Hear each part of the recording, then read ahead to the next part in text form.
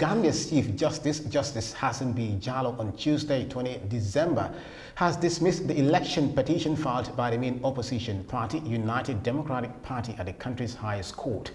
The Yellow Party's election petition demanded the country's highest court to nullify the December 5th election results.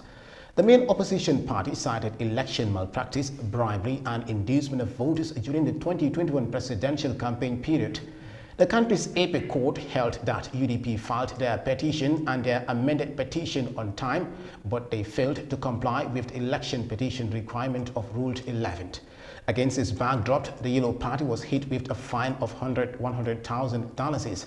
Now, for more analysis of the Supreme Court's decision on Tuesday, we are now joined by Yankuba Jallow, a senior reporter with Foroyaa newspaper. Mr. Jallow, it's a pleasure having you on the News Hour. Thank you very much. I'm happy to join you today. What more can you tell us about the Supreme Court's verdict on Tuesday? Yeah, it came after two unsuccessful bids by the lawyers for President Adama Barrow. They filed motion 1 and they withdrew that, and they lost woefully on motion 2. So the third motion was the one that they succeeded in. So it was like an all-out struggle for the lawyers representing President Adama Barrow. So the last one they succeeded. That is Rule 11, which requires you to file notice of petition and propose security. So that is what was what the UDP did not do. So the court held that that was mandatory and that you cannot do away with that. It's a mandatory requirement, and failure to do that is fatal on the petition. And on this basis, they dismissed the petition. One could say this was what mainly culminated to the dismissal of the case, the Rule 11 of the Petitions Act. The Elections Petition Act, yes. Okay. Yeah, that is why they dismissed the case. So the other issues that the lawyers of President Adama Barrow raised, like whether it was filed within time, the petition and amended petition, whether IEC were added wrongly, all those things were not actually upheld by the court. The court dismissed all those allegations, saying that they are baseless, they lack merit. But on the third motion, which is the failure to fulfill or comply with the requirement of Rule 11, on this basis, they dismissed the suit. So what other legal avenues are there for the UDP party to contest the election petition results? As far as I know, only one avenue. Yeah, which is to apply for a review. You know, this one, it was five-man panel where they sat and decided. So now they can go for a review where it will be 7. That is the only avenue that is available for the United Democratic Party. If they feel that the 5 panelists err in law, they can go for this, and they may succeed if they think they have enough ground, sufficient ground to support their case. If not, there is no other avenue. Are you expecting the Yellow Party to go back to the Supreme Court to challenge its decision again?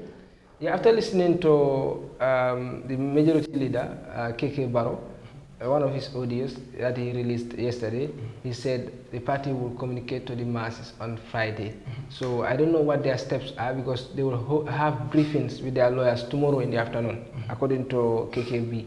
So we don't know what they will say, what their next steps are. But what I saw also is one of their lawyers, who did not appear in court, but is a lawyer, legal practitioner, he's called Young Stabo. He was suggesting and telling them to go to the ECOWAS court. That is what I saw, but that is not the position of party. That is an individual position, which I totally disagree with. That it is baseless, that they cannot go to the ECOWAS court for this case. Okay. Some UDP supporters recommend for the party's executive not to relent by appealing the Supreme Court decision at the ECOWAS court. What are some of the chances of the Yellow Party at the regional court? You know, it's a wrong advice in my view. You know, it does not hold water, because ECOWAS court, like the Supreme Court, have jurisdiction.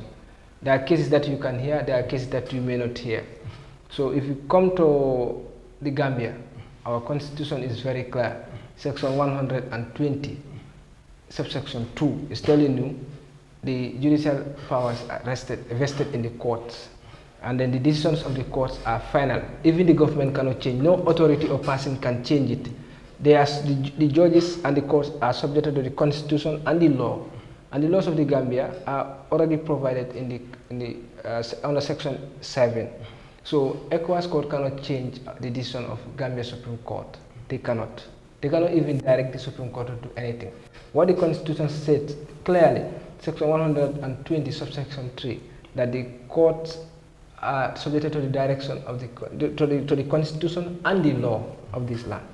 So no other authority can direct the court on what to do. So when it comes to the Gambia, that a decision of a court can only be altered, can be changed, or can be reversed by a court of a superior jurisdiction, not any other court. So as far as Supreme Court is the highest, what is available is a review. If you don't go for review, you want to go to the ECOWAS court, I don't think even ECOWAS court will even entertain it, because they have procedure of taking cases. So if you don't fulfill the requirement, they will not take it. So the ECOWAS court, as far as I know, is their jurisdiction does not include hearing this type of cases. So it's not even close to even hearing this. So is it fair to say the ones that are saying that the ones that are making this recommendation, they don't even know what the law talks about with regards to going beyond the Gambia's borders to appeal a case? Because one of them is a lawyer, I expect him to know.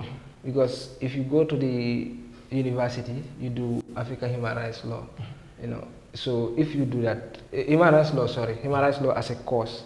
So I believe if you study that, you understand the jurisdiction of these courts, both European courts and Asian, America. You know all this. So what another issue is, like, what is clearly evident is, they are bringing different issues into the case. Some are saying, like, even the Chief Justice, his son, should not have appeared in the case. That's the one representing the IEC. IEC. Okay. And all those things are baseless arguments. If you go to the Legal Practitioner Act and also the Code of Conduct, there's nothing like that. When you say biases, appearance of a son, how can that equate to biases? That is subject to opinion. But if what they are saying is what we should go by, then it's like this man will never practice law in the Gambia, because his father is there always. So it's like we just go back to this cliche: the law is no respecter of no one, as they would put it. So as far as you are a lawyer, or even a lawyer is an officer of the court. Okay. You owe allegiance to the court. Whatever you do, your interest should always be at the court. But even you are defending a client, you must uphold that responsibility to the court. So now, if you have the Chief Justice sitting, and his son appearing in IEC, in fact, what is clear from this case is the IEC motion was not even heard. Okay. What was heard is the motion from the president's lawyer. Yeah. IEC did not make any comment in this case. All they said is they associated themselves with the submission of lawyer Sirif Tamedu for President Adamba. IEC did not make a case in this petition. Before even their time comes, the petition was already dismissed. So, but another issue is the trend that we are going as a country is not actually promising. As in the area of the social media.